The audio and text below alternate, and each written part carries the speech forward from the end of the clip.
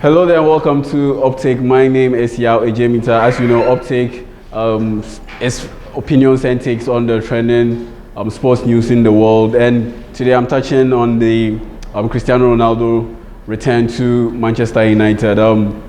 It has so far been a great reception from the Man United folks with regard to this return of Cristiano Ronaldo.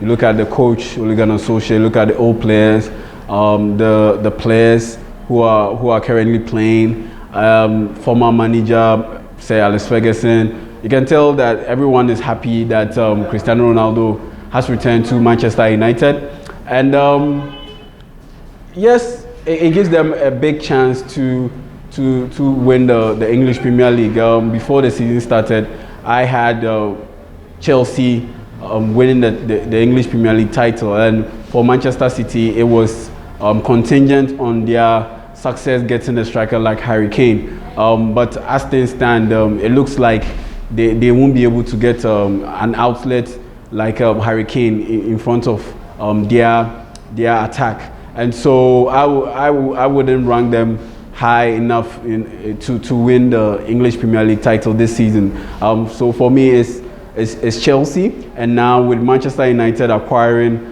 Cristiano Ronaldo, I'll place them second, and I wouldn't put them first and ahead of Chelsea, mainly because even with Cristiano Ronaldo's addition to the team, Manchester United is still yet to be a complete team.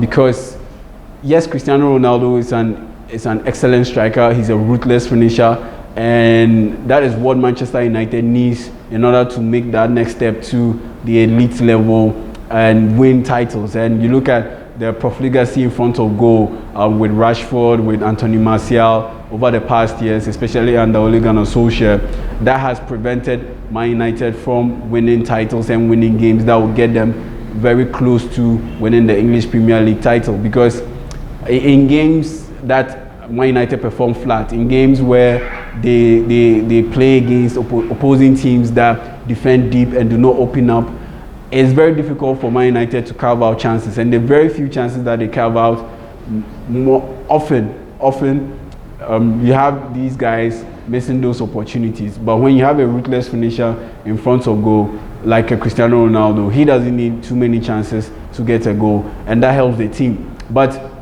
here's the deal: Cristiano Ronaldo is a defensive liability at this point in his career. He doesn't press high up the field as he normally would, because his work rate has dropped off over the years. He's more or less conserving his energy and using it efficiently. That's in and around the penalty box. That's where he scores most of his goals these days, because he's aged, and that speed that he used to have, that burst that he used to have, has waned off over the years, and that's no fault of his. That's just father time tapping him on the shoulder. But the only way to be able to tackle this issue, because Cristiano Ronaldo is a defensive liability without the ball, and once they move the ball beyond him, it's very difficult for him to track back. And in that situation, or in those situations, the teams that he's on lack bodies to defend the opposing team's possession, and that, in Man United's case, that puts a lot of pressure on the defensive midfield department. And already Man United had defensive midfield issues even before Cristiano Ronaldo's arrival. They had issues because when you pair Fred and Scott McTominay, it gives them enough protection, but even with those two combining forces, it doesn't give them elite protection in front of the Man United back four. And when you add Matic to the situation, it doesn't help matters. He is a situational role player at this point in his career. When Man United leads 2 or 3 goals to nil, and you need him to just calm the pace, just control affairs, maintain possession for Man United, that's when you need Matic.